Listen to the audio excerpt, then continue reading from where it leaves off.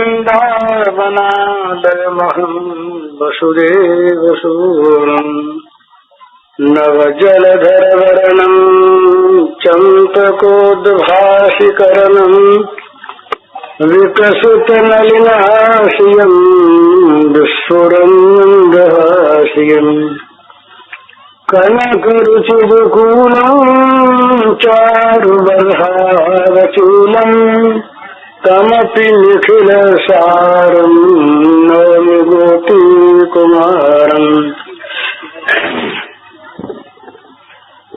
वंशीविभूषितकरान्नवनीरदाभात् पीताम्बराधरबिम्बफलाधरोष्ठात् पूर्णेन्दुसुन्दरमुखादरविन्दनेत्रात् कृष्णात् परं किमपि तत्त्वमहं न जाने।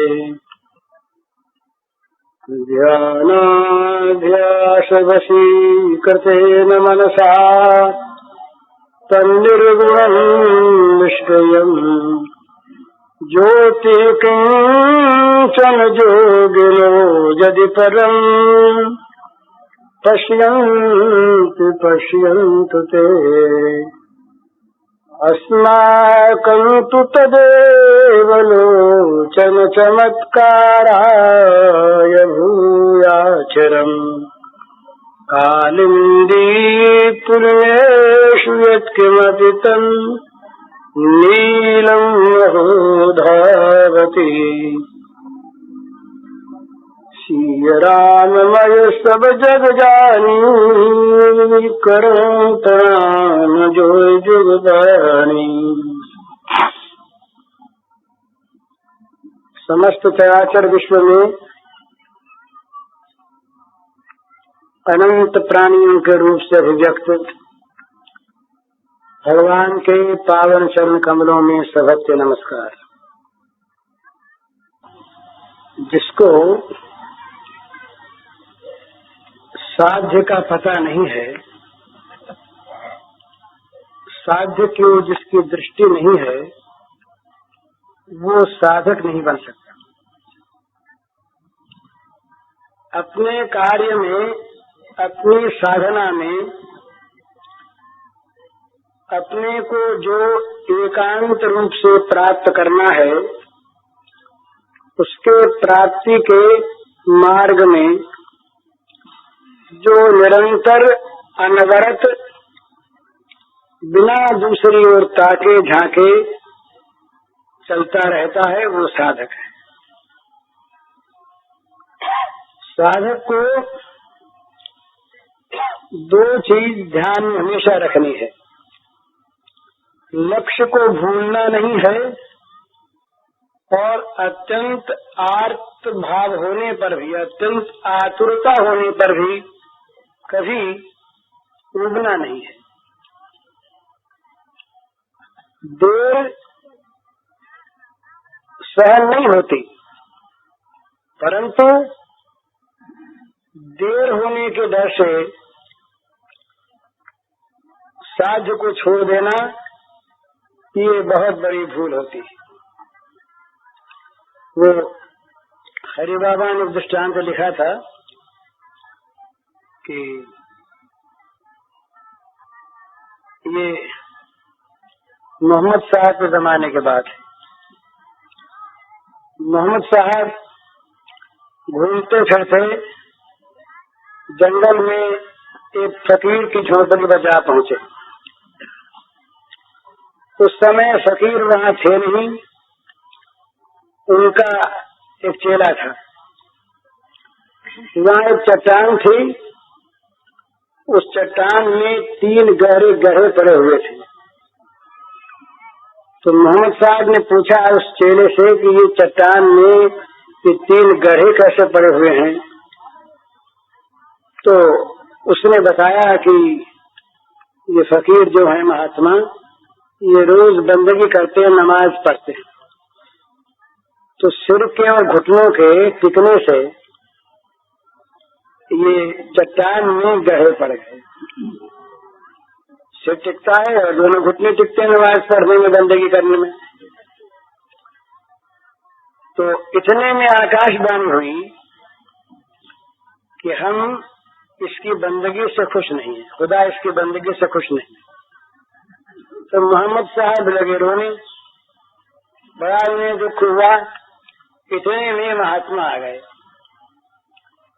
अब महात्मा थे, ये थे प्रोफेट, ये थे आचार्य।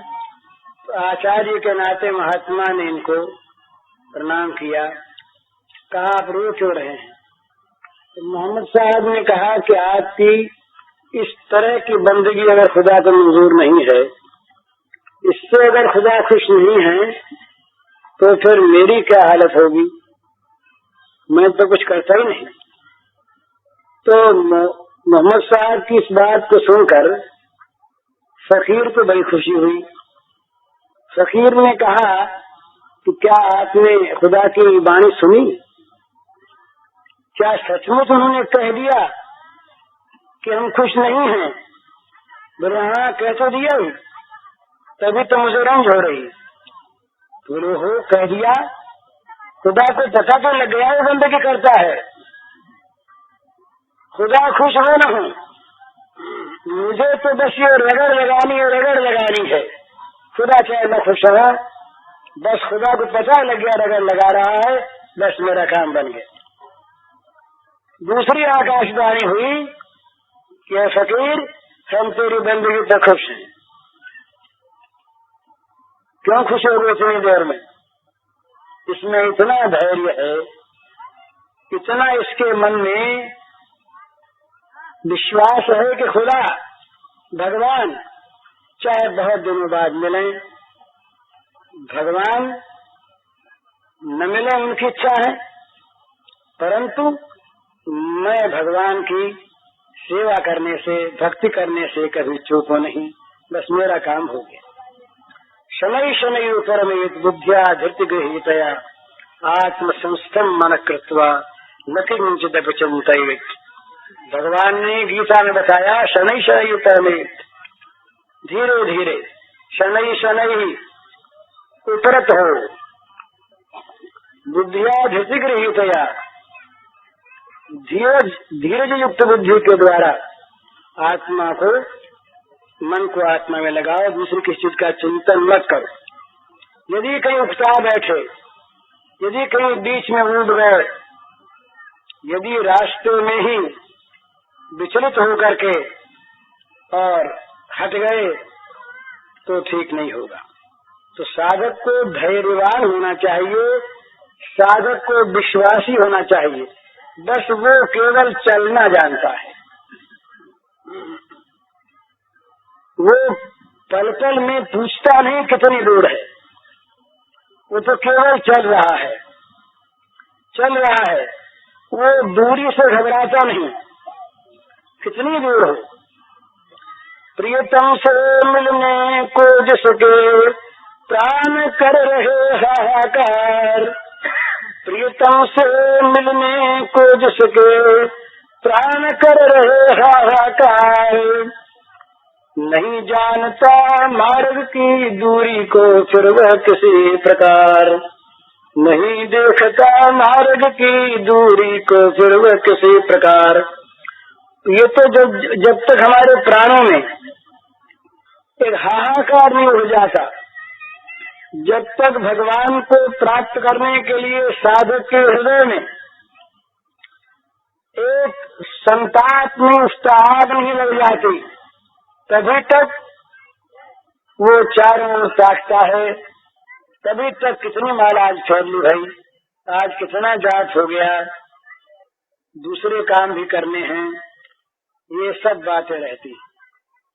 और जब प्राण उसके लिए आकुल हो उठे, प्राणों में आर्त भाव छा गया और वो जब चलने लगा, उसके बाद वो यूं नहीं देखता कितना चलना है, बस चलना है, प्यारे के पथ पर चलना है, प्रियतम के मार्ग पर चलना है। मार्ग में कोमल पुष्प बिछे हैं या बर्छियां बिछी हैं, मार्ग में हर तरह के सुख आराम हैं या केवल कष्ट ही कष्ट हैं, इन बातों की ओर वो नहीं देखता। ये तो सुविधावाद साधन में नहीं चलता। सुविधावाद जो है ये तो हम लोगों के सैर सपाटे की चीज है। बोले बद्रिकाश्रम जाना है, पहले से तैयारी कर लें, कहाँ तक जीप जा सकेगी, जहाँ तक जीप जाए वहाँ तक जीप, आगे करंडी में रहे, कोई तकलीफ न रहे, वो न रहे, चट्टियों पर आराम रहे, आगे से बंदोबस्त रहे। ये सुविधावाद। सुविधावाद साधन नहीं है। सुविधा करके जाना ये भी एक चीज है, पर सुविधावाद जहाँ सामने है, जहाँ सुविधा सामने है, वहाँ साधन सामने नहीं। साधन में तो बस वो कुछ भी मूल्य देना है, कोई मूल्य है ही नहीं। उस साधक तो इस बात को जानता है कि भाई भगवान को प्राप्त करने की कीमत हमारे पास है ही क्या। ये तो स्वयं वो कृपा करके कभी दर्शन दे देते हैं, ये उनकी कृपा है। मूल्य चुकाकर उनके प्राप्त होने की कीमत देकर हम उन्हें खरीद लें, इस प्रकार की कीमत हमारे पास है क्या। गंदा मन, गंदा शरीर, अनेक प्रकार के बाधाओं से भरा हुआ ये अपवित्र जीवन, अविचलित रहने वाली बुद्धि हमारे पास नहीं, विशुद्ध मन हमारे पास नहीं। हम क्या देकर भगवान को खरीदेंगे। हम तो भगवान को देंगे अपना दैन्य, भगवान को देंगे अपनी मजबूरी, भगवान को देंगे अपनी गरीबी, भगवान को देंगे अपनी अयोग्यता। पर भगवान एक बात चाहेंगे कि तुम्हारी चाह है कि नहीं, तुम्हारी चाह की वास्तव में आग तुम्हारे हृदय में लग गई कि नहीं, तुम घबरा तो नहीं रहे। अयोग्य हो चाहे, भगवान हाथ पकड़ के ले जाएंगे। तेषामहं समुद्धरता मृत्यु संसार सागरात भवामि नचरात पार्थ मैया विशित चेतसा। जो मेरे में आदेशित चित्त हैं, उन लोगों को संसार सागर से पार करने वाला मैं होता हूँ। भगवान ने कहा पार करने वाला मैं होता हूँ, और पार करने में देर नहीं। नचरात पार्थ, हे अर्जुन नचरात, अविलंब तुरंत उन्हें मैं संसार सागर से स्वयं पार कर देता हूँ। तो भगवान स्वयं पार करते, परंतु हमारे अंदर जो अपने को साधक मानता है, उसके अंदर कम से कम इतनी बात होनी चाहिए कि उनकी चाह सच्ची हो, और चाह में केवल वो उन्हीं को चाहता हो, चाह विशुद्ध हो, निष्कलंक हो। अरब में एक देवी हो गई रबिया। रबिया ये भगवान का किसी को ठेका नहीं है भला। अमुक जात को भगवान मिले, अमुक देश वालों को भगवान मिले, भगवान सबके हैं। ये दूसरी बात है, कहीं ज्यादा आदमी वैसे पैदा होते हैं, कहीं कम पैदा होते हैं। रबिया अरब में पैदा हुई। रबिया ने अपने प्रियतम प्रभु से प्रार्थना की कि नाथ, यदि मैं स्वर्ग की इच्छा से आपको भजती हूँ तो स्वर्ग का द्वार सदा के लिए बंद कर दिया जाए, मेरे लिए दरवाजा बंद रहे। और यदि मैं नरक के भय से आपको भजती हूँ तो मुझे नरक में भेज दिया जाए। और यदि मैं केवल आपके प्रेम के लिए आपको भजती हूँ तो आपका प्रेम मुझे मिल जाए। ये इस प्रकार से एक चाह, एक निष्ठा साधक में होनी चाहिए। ये साधक के लिए सबसे पहली शर्त है। सबसे पहली साध सामने रहे तो एकमात्र साध तक पहुँचने की चाह रहे, इसके सिवा कोई चाह नहीं। प्रलोभन सामने आ जाए, दर दर नारायण, प्रलोभन सामने आ जाए। ध्रुव जब जाने लगा, बच्चा 5 वर्ष का, बड़ी सुंदर कथा। दिमाता के गोद में आ बैठा, दिमाता के सामने पिता के गोद में आ बैठा। छोटा बच्चा, उसके मन में भेदभाव था नहीं, उसने सोचा मेरे पिता हैं।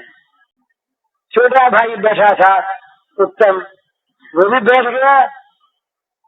दिवाता के मन में बड़ा क्षोभ हुआ। उन्होंने कहा बच्चा तू बड़ा अबोध है, उतर जा गोद से नीचे, राजा की गोद में बैठने का तेरा हक नहीं, तेरा हक नहीं। अगर इनकी गोद में तुझे बैठना है तो तुम मेरी कोख में पैदा हो, भगवान को याद कर जिससे तुम मेरे पेट में आए और मेरी कोख से पैदा हो, तब तू राजा के गोद में बैठे हो। उतर जा, उतर जा। जरा अपमान के शब्दों में कहा उतर जा। बड़ा क्षोभ मन में हुआ, ध्रुव उतर गया।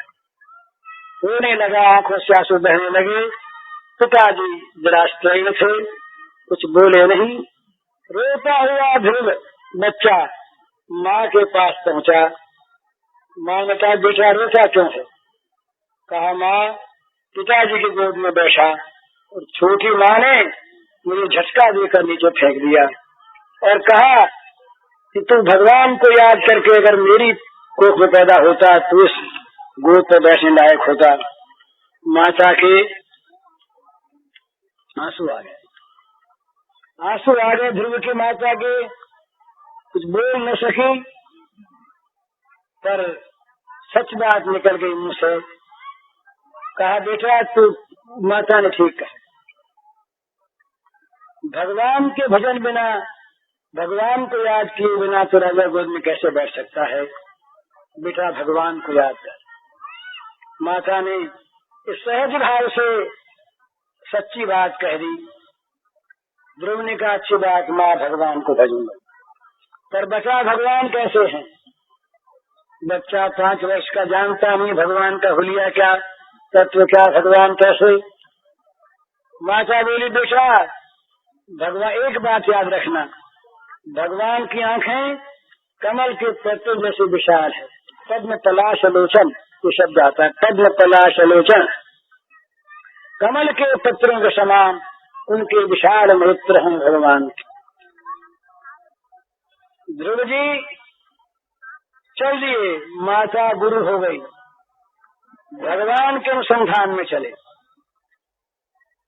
भगवान के अनुसंधान में चलने वालों को 2 बात स्वाभाविक छूट जाती है, और अगर रहती है तो वो चल नहीं पाते, रुक जाते हैं। एक प्रलोभन, दूसरा भय। ये 2 विघ्न आते हैं भगवान के मार्ग में चलने वालों के सामने।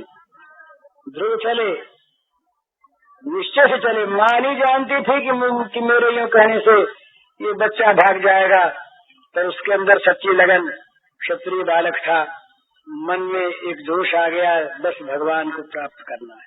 चला। नारद जी ने देखा अधिकारी हो तो मंत्र देना चाहिए, नारद जी का यही काम है। नारद जी ने कहा बेटा कहाँ जा रहे हो ध्रुव? कहा भगवान से मिलने। भगवान से मिलने? जानते भगवान कहाँ रहते हैं? पर भगवान कैसे? बोले माँ ने बता दिया, कमल के पत्ते जैसे भगवान के विशाल नेत्र हैं, पर मधुपुरी में भगवान रहते हैं, वहाँ जाएंगे, मधुबन में जाएंगे। अरे भैया क्यों जाते हो? बोले पिता ने उतार दिया गोद से मुझको, मुझे राज्य पाना है। नारद बोले अच्छा बेटा जाओ मत, तुम्हारे पिता के पास हम जाते हैं, राज्य दिलवा देंगे, तुम जाओ मत। काम ही नहीं, मुझे तो भगवान से लेना, आपसे नहीं लेना है, मुझे तो भगवान से मिलना है। तो मेरे में नहीं आया।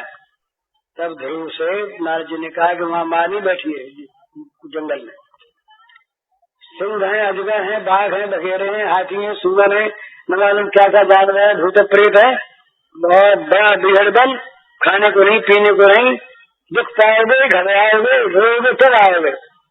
मेरे कुछ नहीं, भगवान तो है ना वहाँ पर। नारद जी थोड़ी तो भगवान नहीं है। हाँ बोले भैया, तो बोले महाराज जाएंगे। नारद ने सोच लिया कि न भय में आने वाला, न प्रलोभन में आने वाला सच्चा साधक। इसी साधक के स्वरूप है बोला, जो किसी प्रलोभन में फंस जाए वो गिर जाता है, और जो किसी भय से भीत हो जाए वो गिर जाता है।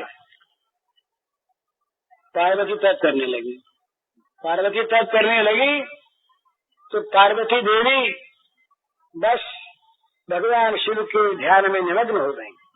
शिवजी महाराज ने सोचा मन में कि पार्वती के गौरव जरा प्रकट करना है, परीक्षा वरीक्षा क्या पार्वती की, वो तो नित्य अर्धांगिनी भगवान शंकर की।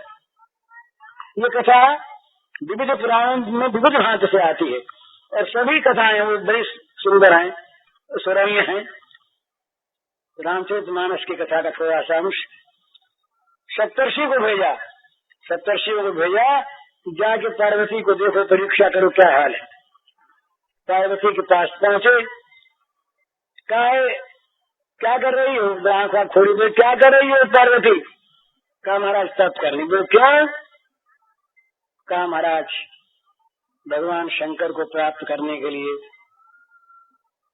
तो हंसे, सातों हंस मेरे साथ ही हर साथ मूर्खा तो मूर्ख तरह से, भले अच्छे आदमी बुद्धिमान कहीं से किसी को देख करके, तो इससे ये जाहिर होता है कि ये इसकी मूर्खता को जाहिर कर दें। हंस पगली कहीं की। अरे उस गंगेरी भंगेरी से हैं, उससे विवाह करना चाहती हो तुम, जिसके घर में कोई नहीं, मसान में रहे, मसान की बबूत लगा ले, सांपों के गहने पहन ले, अजगरों को गले में डाल ले और मुंडों की माला पहन ले, और कहीं सवारी वारी हो तो बैलों पर सवार हो जाए, नंगा रहे, पहनने को कपड़ा नहीं। और एक स्त्री बिचारी घर में थी, उसको बहका के नए भिजवा के मरवा दिया। ऐसे सहजे खाकी धतूरा खाए भांग पी ले, कालकूटी पी जा कभी। इस प्रकार के किसी पुरुष को पति बना को सुखी होती है क्या पगली? मालूम होता है पहाड़ की बेटी हो ना, जड़ उलाहना भी दिया, भय भी दिखाया। पार्वती मुस्कुराने लगी, बोले वाह भगवान शंकर का रूप बड़ा अच्छा प्रकट किया। यही तो रूप होता है जो संसार के परित्यागी होते हैं, विरक्त होते हैं, वास्तविक जो शिव स्वरूप होते हैं, जगत से विरहित जो स्वरूप में स्थित होते हैं, वही तो ऐसे होते हैं। बड़ा सुंदर बोली नहीं है, बड़ा सी मुस्कुरा कर रह गई। सप्तर्षि ने देखा ये दाव तो नहीं चला, दूसरा हथियार फेंके। बोले सुनो पार्वती, हमने बड़ा सुंदर तुम्हारे लिए वर खोजा है, और वो महान ऐश्वर्यवान, महान सुंदर, सौंदर्य माधुर्य ऐश्वर्य का निधि वैकुंठनाथ भगवान विष्णु, सर्व सद्गुण संपन्न, अनंत गुण ऐश्वर्य के समुद्र। अब पार्वती ने कहा बोले महाराज विवाह हुआ, ये शादी कराने का आपको शौक हो तो संसार में दरकन्या बहुत पड़े हैं, कराओ शादी, यही काम करो मेरे लिए। तो महाराज अब मैं क्या करूँगा आपसे? महादेव गुण भवन विष्णु सकल गुण धाम, जाकर मन रम जाहि सन ताहि ताहि सन काम। माना महादेव गुण के भवन हैं, और माना आपके विष्णु भगवान सारे सद्गुणों के धाम हैं, परंतु महाराज जिसका मन जिसमें रम गया उसको उसी से काम। जन्म कोटि लगी रगर हमारी, बरों संग मत रहो कुमारी। जन्म कोटि लगी रगर हमारी, बरों संग मत रहो कुमारी। सप्तर्षि ने देख लिया कि बस तक की बात। बोले बेटे शिव जी आते हैं, घबराना नहीं, तुम तो शिव की नित्य अर्धांगिनी नहीं हो। सीखना क्या है कि साधक के सामने बहुत से विघ्न आवेंगे, प्रलोभन के रूप में, मान के रूप में आवेंगे। जरा सा आप थोड़ा सा भजन करने लगिए, आसपास के लोग कहेंगे बड़ा महात्मा है। घर वाले और भक्त लोग मिल जाएंगे, बहुत चाहे किसी भाव से आवे, पूजने के लिए, पुजवाने के लिए स्वयं। ये बहुत से भक्त तो साधुओं के पास आते हैं खुद पुजवाने के लिए, अपनी पूजा का साधन कोई बन जाए अच्छा सा,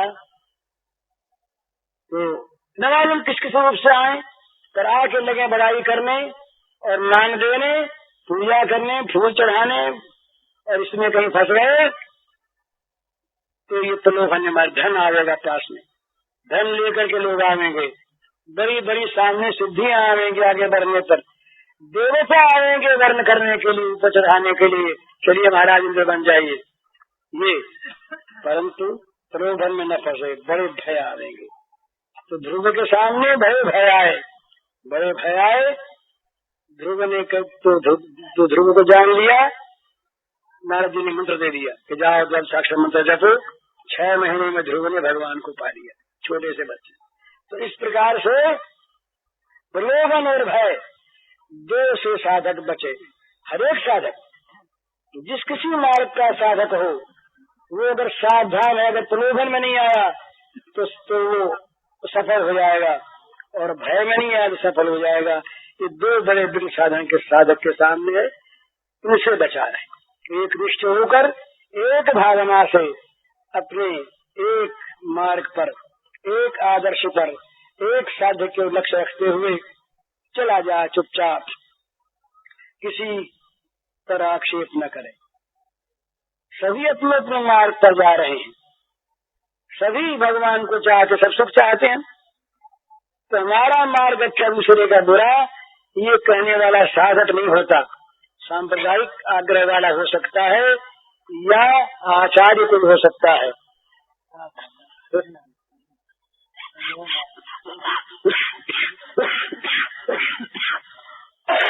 आचार्य सिद्ध होते हैं ना, आचार्य सिद्ध होते, साधक नहीं होते। तो सिद्ध तो है, वो तो अधिकारी है, कुछ भी कह दे। पर साधक बेचारा तो मार्ग पर चलता है ना, तो चलने वाला कैसे कह दे वो तो अभी पहुंचा नहीं, सिद्ध तो पहुंच गए। तो वो तो कहता है कि बस भाई तुम्हारे लिए सब ठीक, पर हमारे लिए तो यही भला, हमारे लिए यही भला, तुम्हारे लिए सब ठीक, कोई बात नहीं। मोरे तो साधन के अंधे जो सूझ तो हरो हरो, भरोसो जाहि दूसरो सो कर। कोई आपत्ति की बात नहीं, जिसको और भरोसा है वो करे। यही बात है महाराज, आप पल पल में अपने इष्ट के स्वरूप को, साधन को बदलते चले जाइए, आप आगे बढ़ेंगे ही नहीं। और आप अपने गुरु की, आचार्य की बात को मानकर एक मार्ग पर चलते चलिए। आगे से आगे आपको मार्ग बताने वाले मिलते चले जाएंगे, आप भगवान के धाम में ठीक पहुंच जाएंगे। सफलता आकर के आपके पैर चूमेगी। परंतु यदि आप विचलित हो गए, यदि आप भटक गए, और यदि आप नाना प्रकार के रसों में फंस गए, बड़े बड़े रस आते हैं साधना के मार्ग में महाराज। साधना करके देखिए, विघ्न केवल भय के रूप में नहीं आते, इतने सुंदर रूप में आते हैं। बल्कि यहाँ तक कुछ अनुभवी पुरुषों के ऐसे अनुभव हैं कि विभिन्न देवता, अंतरिक्षचारी, कुछ ये निम्न श्रेणी के देवता, ये विघ्न करने आते हैं उसके इष्ट के वेश में। ध्रुव के सामने नादम के शैतान लोग ये हैरान करने का, ये कथा विष्णु पुराण में आती है। पुकारने लगी, माँ बेटा बेटा बेटा देख, मैं बहुत दुखी हूँ, विचलित करने के लिए। तो ये उपदेवता, निम्न कोटि के अंतरिक्षचारी देवता, ये साधक के सामने विघ्न करने को आते हैं, बड़े बड़े प्रलोभन लेकर के आते। एक साधक रहे, एक साधक, वो किसी एक देवता की साधना करते थे, ये सच्ची घटना है। और वो बस अपनी साधना में बहुत आगे बढ़ गए थे। साधना थी जरा कुछ कठिन। तो एक दिन रात को उनको दिखा कि एक देवी आई है, और वो 2 हीरे के अंगूठी दी थी। उन्होंने कहा अंगूठी नहीं चाहिए, भाई दृढ़ता सता नहीं चाहिए, नहीं लूंगा, मैं जिस काम के लिए साधना कर रहा हूँ मुझे उसी की आवश्यकता है, अंगूठी नहीं चाहिए। उस दिन से वो आगे बढ़ ही नहीं सके। तो ये कहीं भी अगर प्रलोभन में बीच में आ जाए, बोले ये तो साधना की सिद्धि मिल रही है ना, तो बीच बीच की चीजें मिल रही है, आगे की तो और मिलेंगी। कहीं बीच में एक साधक को हमने इस प्रकार देखा कि उसने अपने अनुभव की बातें जरा बड़ाई में आकर के कह दी दूसरे से कि आज हमें ये अनुभव हुआ, आज हमें ये अनुभव हुआ। उसका अनुभव बंद हो गया। 9 महीने तक उसने लगातार चेष्टा की, तब कहीं से उसको अनुभूति होने लगी, इतनी अनुभूति नहीं हुई। तो अपनी साधना की चीज जो है इसको गुप्त रखे, बड़ाई के लिए किसी के सामने प्रकट न करे। ये विघ्न आता है, बड़ाई की चाह पैदा हो जाती है, मान देने वाले, प्रलोभन देने वाले बहुत होते हैं।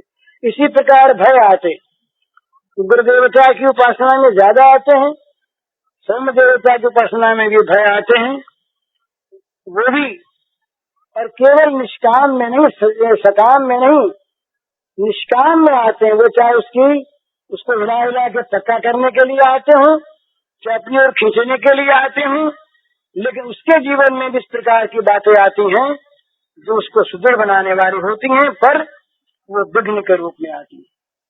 उसके सामने वो भय, मीठा भय आता है, मीठा भय आता है, से विचलित कर देता है। इसलिए साधक का ये प्रधान कर्तव्य है कि वो किसी भी भय में, किसी भी प्रलोभन में न फंसे, बल्कि उसके सामने सिद्धि आ जाती है कि तुम मुझे ग्रहण कर लो। भगवान के प्रेमी साधकों के लिए तो भगवान ने बताया कि और तो बात ही क्या है, मेरे वो प्रेमी भक्त जो हैं वो मुक्ति देने पर भी नहीं लेते। सालोक साष्ट सामीप्य सारूपैकत्ववत्तुत दीयमानम न गृह्णन्ति विना मत सेवनम जना। ठीक भाई, बिना मत सेवनम जना, मेरी सेवा को छोड़कर मेरे वो जो जन है, वो मेरे जन मेरी सेवा को छोड़कर 5 प्रकार की मुक्तियां दी जाने पर भी नहीं लेते। दीयमानम न गृह्णन्ति, देने पर भी नहीं लेते। मांगते तो है नहीं, पर वो समझते हैं कि अगर हमने इन मुक्तियों को ले लिया तो हमारी जो सेवा है, हमारा जो सेवाधिकार है, उसमें बाधा आ जाएगी, तो सेवा को छोड़कर मुक्ति ग्रहण नहीं करते। इस प्रकार के प्रलोभन से अपने आप को बचाए रखते। कहीं मुक्ति ले ली, कहीं मुक्ति ले ली तो जो सेवाधिकार छिन जाएगा ना, ये बात समझ में रखने की है कि जो भगवान के अनन्य प्रेमी हैं, जो भगवान में अत्यंत प्रीतमान हैं, उन लोगों की जगत में तो कहीं आसक्ति है नहीं, उनके जगत के बंधन तो कट चुके, उनके केवल बंधन है भगवत चरणों में आसक्ति का। और ये बंधन अगर वो काटना चाहता है तो वो प्रेमी नहीं है, वो भक्त ही नहीं है, तो इस बंधन को वो बंधन नहीं मानता। ये बंधन तो उसका जीवन है, ये बंधन उसका स्वरूप है, ये बंधन उसका स्वभाव है। तो इस बंधन में रहने के लिए बड़ी से बड़ी प्रलोभन की चीजें उसके सामने आती है, बड़े से बड़े भय उसके सामने आते हैं, वो कहीं पर भी विचलित नहीं होता। दूसरी बात, बहुत दूसरी बात आती है जो आजकल के युग में ज्यादा आती है। महात्मा है, हम महात्मा है, जैसा आप महात्मा हैं तो आपके संबंध में जगत जाने, ये स्वाभाविक एक बात आती है बहुत अच्छी तरह से कि आप घर में महात्मा हैं, जगत को क्या लाभ होगा। जगत को लाभ पहुंचे इसके लिए आप जरा सामने आइए, अर्थात आप अपना प्रचार कीजिए, जगत में आप अपना प्रचार कीजिए। मैं साधक की बात कर रहा हूँ, सिद्धों की बात नहीं कहता। सिद्ध क्या करते हैं वो जाने। साधक और सिद्धों के को भी आदर्श तो होना चाहिए ना समाज के सामने।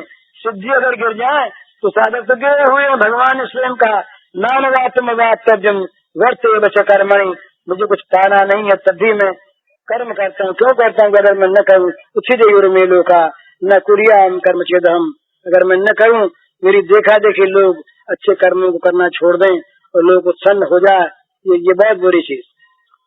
तो साधक के सामने आता है कि भाई तो जगत के लाभ के लिए, जगत के हित के लिए तुम जरा सामने आओ, अर्थात अपना प्रचार करो, प्रचार करो। और वो अच्छे नियत से या भूल से या छिपी वासना को लेकर के वो स्वीकार कर लेता है इस बात को, हाँ जगत का लाभ होना चाहिए, जगत का लाभ होना चाहिए। वही एक अहंकार चुपके से हृदय में आ जाता है कि हम जगत का लाभ करने वाले हैं। आ गया वो एक अभिमान की रेखा मन में आ गई। उसके बाद क्या होता है भाई, तुम्हारे जीवन की बातों से लोगों को परिचित होना चाहिए, जीवन याति। उसके बाद क्या होता है कि तुम्हारी मूर्ति स्थापित होनी चाहिए, जिससे लोग उसको देख देख के पवित्र हों। मूर्ति आ जाती है। अब जरा सोचिए, नाम और रूप, प्रचार इन दो का होता है। भला हमारा नाम इतिहास में रहेगा और हमारी मूर्ति को देख देख कर लोग लाभान्वित होंगे, ये भाव है ना। तो क्या वो नाम और रूप हम हैं? ये तो बिल्कुल सीधी सीधी अज्ञान की घोषणा है। माँ के पेट में हम जब थे तब हमारा नाम नहीं था। नाम जन्म होने के बाद रखा गया, अच्छा नहीं लगा फिर बदला, दूसरा बदला, तीसरा बदला। नाम हम नहीं है। और शरीर माँ के पेट में बना हम सब जानते हैं।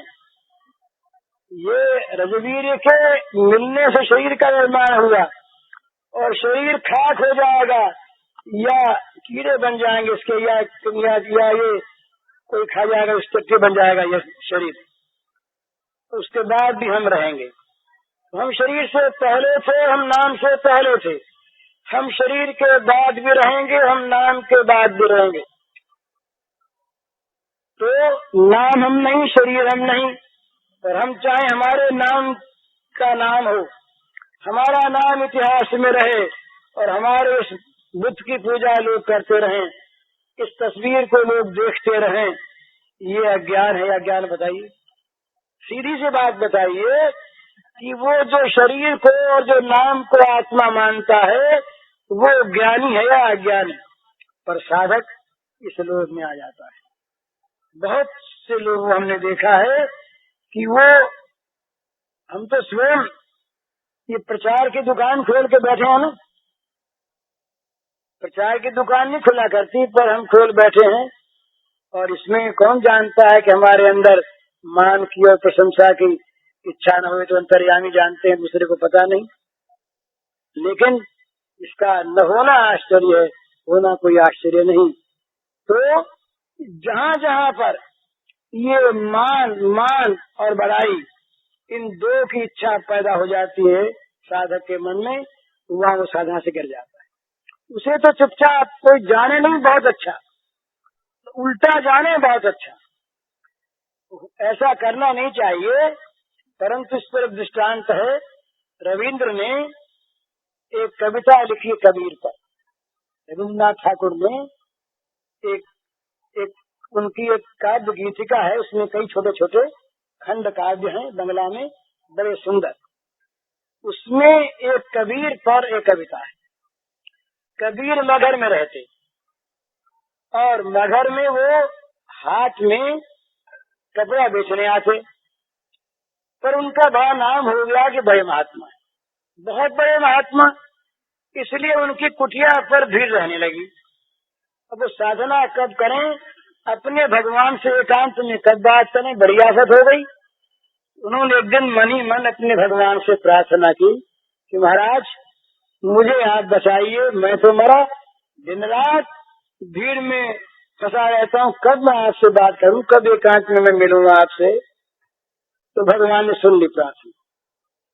कुछ लोगों ने षड्यंत्र किया, एक कंस्पिरेसी की, और षड्यंत्र में ये हुआ कि एक वेश्या को ठीक किया जाए और वो वेश्या बीच बाजार में कबीर को जलील करे।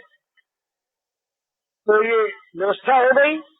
कबीर कपड़ा बेचने आए, हाट के दिन वेश्या सामने आई, उसने आके पल्ला पकड़ लिया कबीर का। वो लोग सब खड़े ही थे, जो पहले से जिन लोगों ने साजिश की थी खड़े थे।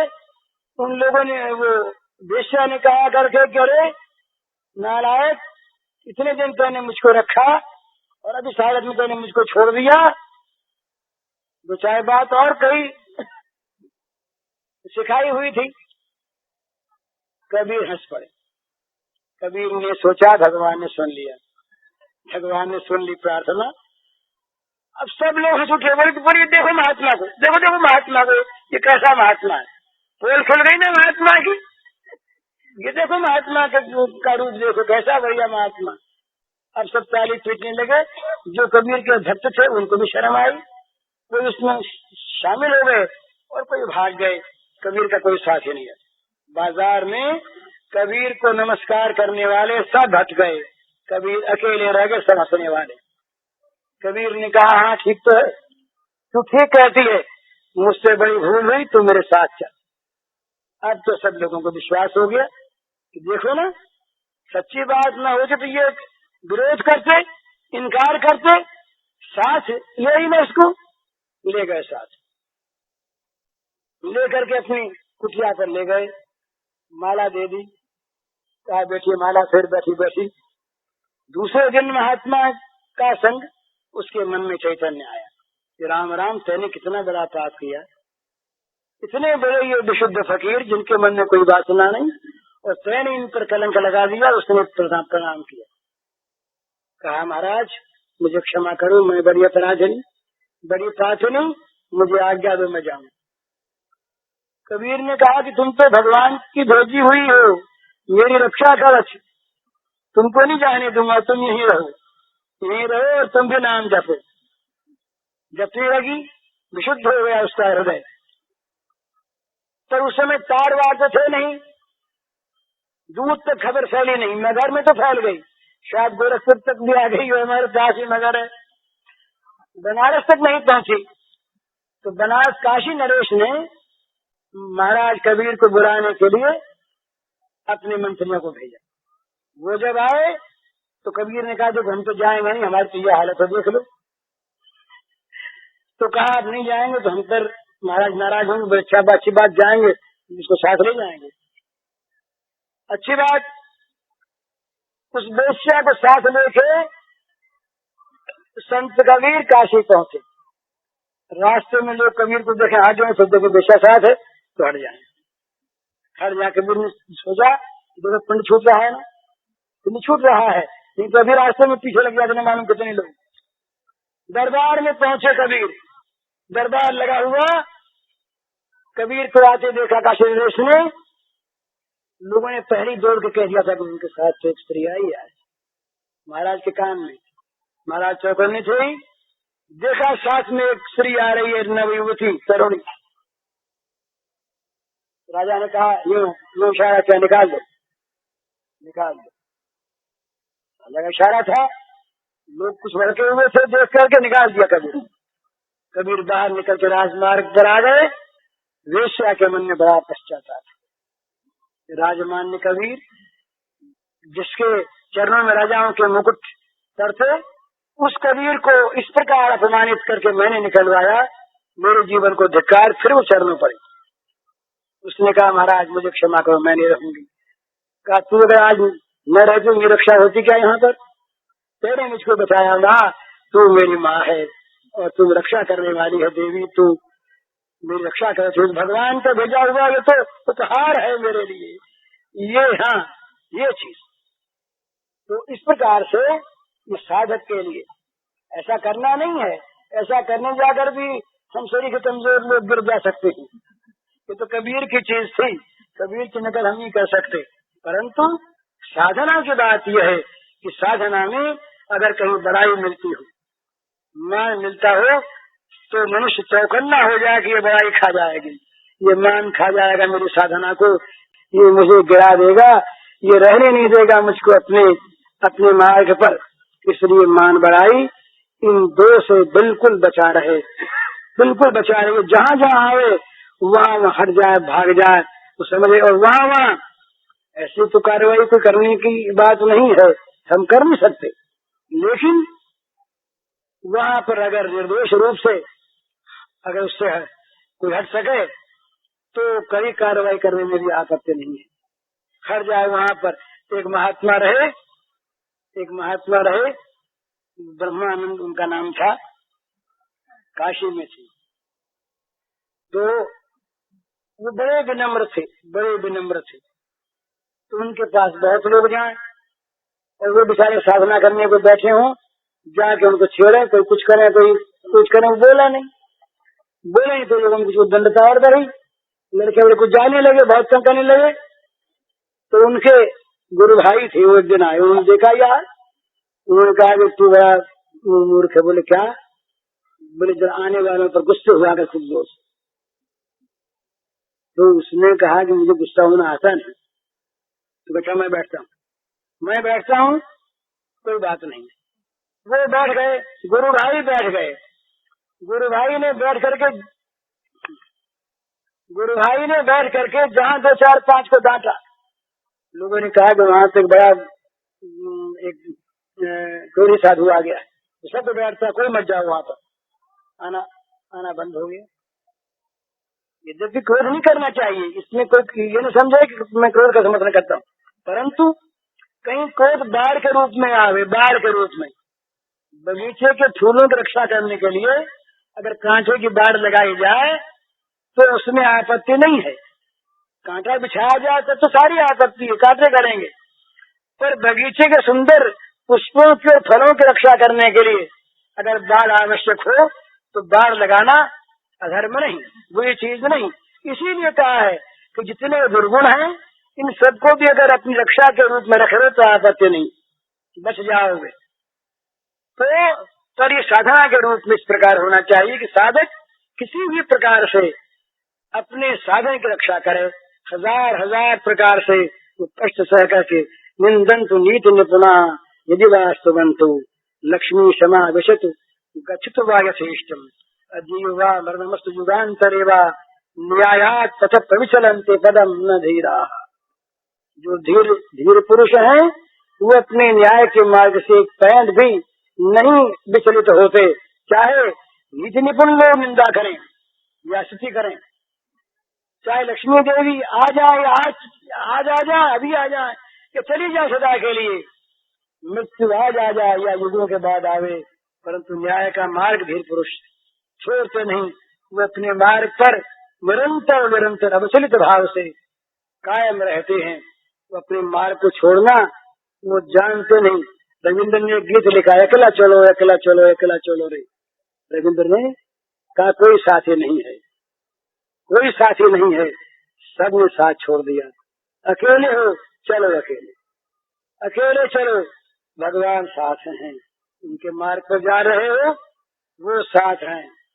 और एक बात है, जार क्यों ना आए तुम्हें अछूता है, तुम्हें आसो ना हुई थे हो अपनार, जार क्यों ना आए तुम्हें अछूता। हे भगवान, जिसके कोई नहीं होता उसके तुम होते हो। जो कोई को रखे रहता है ना, जहाँ दूसरे की सहायता मिलती रहती है वहाँ भगवान की सहायता की अपेक्षा नहीं होती है। तुम आसो ना हुई थी हो अपनार, जार क्यों ना आई तुम्हें अछूता। जिसके कोई नहीं होता तुम होते हो। सुमेरी मैंने निर्बल के बलराम, जब लग गज बल अपनो बरत्यो, नेक सरो नहीं काम, निर्बल है बलराम पुकारो, आए आधे नाम। गजराज, मस्त गजराज और यूथ पति गजराज, हजारों हाथी, हजारों हथनियां उसके दल में।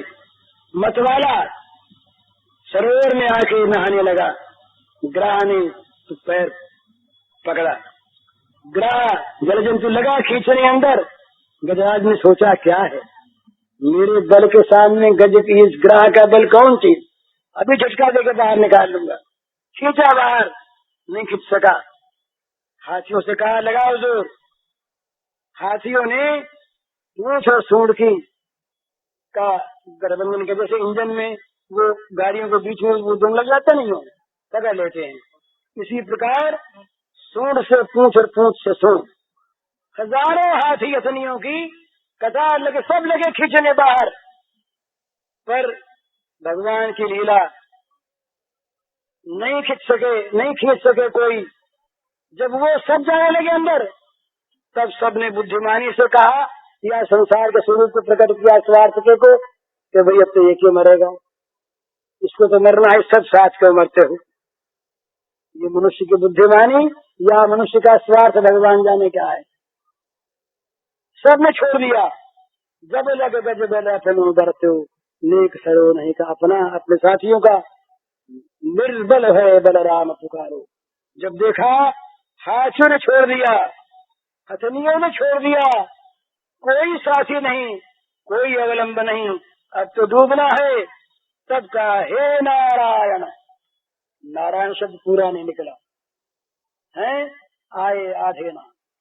ये आता श्रीमद् भागवत में कि भगवान गरुड़ पर आते हुए दिखे। गजराज ने कमल उठाया सूंड में अर्पण करने के लिए। उसके बाद काया आविर्भूत हो गए। दूर से नहीं उतरे, दूर से नहीं आए। मतलब जिस स्पीड से गरुड़ आ रहा था वो स्पीड भी भगवान को रुचि नहीं, देर कर रहा है, देर कर रहा है। अपने आप प्रकट हो गए भगवान, आविर्भूत हो गए। कब? जब भगवान एक को पुकारा, दूसरे की सारी आशा छोड़ दी, एक पर लग गया है। द्रुपद सुतार बल भई ताजन सजी आए युधाम। पांडवों ने सिर नीचा कर लिया। भीम ने कहा नकुल जरा आग चला, गुस्सा आ गया।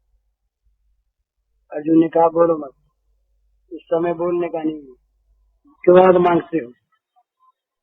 बड़ी दृष्टि के हाथ जलाने, दाव पर रख दिया द्रौपदी को उसने। जोश था। अर्जुन ने रोक दिया, नहीं भैया मान गए। पांडव चुप होकर बैठ गए। भीष्म की मति मारी गई। भीष्म ने कह दिया बेटी मुझे पता नहीं तुम हारी गई या नहीं, युधिष्ठिर से पूछो। धृतराष्ट्र अंधा बड़ी धर्म की बातें कहता था, चुप हो गया। बेटे की और बेटों की बुरी बात सुनता रहा। एक था युधिष्ठिर का, इसका दुर्योधन का भाई, उसने कहा अन्याय हो रहा है, कर्म में काम पकड़े बैठा दिया उसको भी, बैठ जाओ। कोई बोलने वाला नहीं।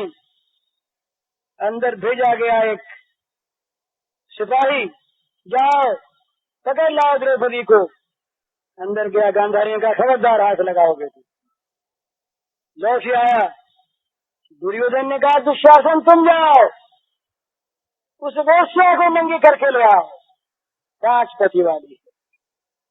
आग लग गई पांडवों के, पर बंधन में थे, बोले नहीं। एक वस्त्रा द्रौपदी रजस्वला थी, रजस्वला। एक साड़ी पहने, कुर्ता कब्जा नहीं था, खुले केश थे। माँ की बात नहीं सुनी दुशासन ने। पकड़े दुशासन ने केश, द्रौपदी के केश पकड़ के खींच के ले आया। जरा सोचिए क्या दुर्दशा उस समय द्रौपदी की हुई होगी। जरा उसके मन पर जाइए, ध्यान करिए जरा उस समय द्रौपदी की स्थिति का क्या स्थिति। राजा रानी असूर्यम पश्या, जिसको कोई देख नहीं सकता था, जो पैरों चलती नहीं थी, उसका एक वस्त्रा द्रौपदी को पकड़ के 10,000 हाथियों के बल वाला दुष्ट दुशासन सभा में ले आता है। और दुर्योधन कहता है कर दो नंगी उसे, मेरी जान पर बैठा दो। क्या दशा, कोई बोलने वाला नहीं। द्रौपदी ने देखा चारों ओर सब चुप है, कोई नहीं बोलता, कोई नहीं बोलता। द्रौपदी हार गई। कहा हे नारायण, हे श्री कृष्ण, हे श्याम सुंदर, हे कृष्ण द्वारका वासन, हे गोपी जन प्रिय, कौरवार में मग्नाम दुष्टजनार्दन, प्रभु मैं कौरवों के समुद्र में डूब गई। मुझे तुम उबारो, तुम्हारे सिवा कोई उबारने वाला नहीं। एक वस्त्रा द्रौपदी पुकार उठी। इस प्रकार से निराश होकर के भगवान आ गए। किस रूप में आए? नया कहीं अवतार नहीं हुआ भगवान का ऐसा। रजस्वला द्रौपदी की साड़ी बन गए भगवान। वसन रूप भय श्याम, दुशासन की भुजा छकित भई, वसन रूप भय श्याम, सुने मैंने निर्बल की बलराम।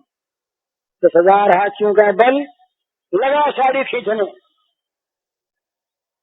साड़ी का तो कुछ पता ही नहीं, कितनी लंबी साड़ी है। ढेर लग गया, राज दरबार में पहाड़ बन गया, पसीने पसीने हो गया, भुजाएं थक गई। दुशासन की भुजा छकित भई, 10,000 गज बल घट्यो न 10 गज चीर। 10 हाथ वो कपड़ा अनंत हो गया, उसमें अनंत आ विराजे ना। दुशासन हार गया, द्रौपदी को छोड़ करके श्वास मार के दम मारने के लिए बैठ गया, दम फूलने लगा। कब? एक भगवान का आसरा रहा था। तो साधक एक को देखे, एक भगवान को, देर नहीं होगी, एक भगवान की ओर देखे, एक भगवान की ओर ताके, एक साधना में लगा रहे, एक लक्ष्य पर स्थिर रहे, एक मंत्र जपता रहे और विश्वास रखे कि भगवान मेरे हैं और हैं। संदेह न करे, किसी प्रकार मन में दुविधा न रखे, भगवान मेरे, भगवान कह देंगे मैं तेरा, मैं तेरा। ये भय करके देख लीजिए आप। अर्जुन से कहा, द्रौपदी से कहा भगवान ने कि तुम मेरी सखी, तुम देखोगी कि इन कौमों की स्त्रियों की क्या गति होती है। अर्जुन से कहा तुम मेरे, तो भगवान आज भी वही हैं, भगवान आज भी वही हैं, भगवान की मति आज भी वही है, भगवान की प्रीति आज भी वही है, भगवान के भाव आज भी वही हैं। भगवान में कोई परिवर्तन नहीं हुआ। अगर हम आज द्रौपदी बन जाएं, हम आज ध्रुव बन जाएं, हम आज विभीषण बन जाएं, हम आज प्रहलाद बन जाएं, तो भगवान वही हैं और हमारे साथ वही चीज होगी जो उनके साथ हो चुकी है। इस युग में भी हुई है, आज भी हो सकती है, हमें बनना है। तो साधक को विश्वास पूर्वक अपने लक्ष्य पर ध्यान रखते हुए अपने मार्ग पर बिना किसी तरफ ताके, बिना किसी खंडन मंडन किए, बिना किसी की आलोचना किए, बिना और बात सुने और कहे, बस जैसे पतिव्रता स्त्री केवल अपने पति को जानती है जगत में और कोई है ही नहीं, इस प्रकार से अपने भगवान को जानकर मानकर साधक निरंतर भगवान की ओर चलता रहे। चूकेगा भगवान संभालेंगे, गिरेगा भगवान उठाएंगे, गिरेगा ही नहीं पर कहीं गिरने लगेगा, उठा लेंगे भगवान। मार्ग भूलेगा, रास्ता बताने वाले बन जाएंगे, बिल्लु मंगल की तरह हाथ पकड़ के ले जाएंगे अपने धाम में। विश्वास करिए और भगवान के मार्ग में लगे। हरिओम। पूज्य श्री भाई जी के इस प्रवचन का शीर्षक है साधन के विघ्न, भय और प्रलोभन, और इसका कैसेट संख्या है 24।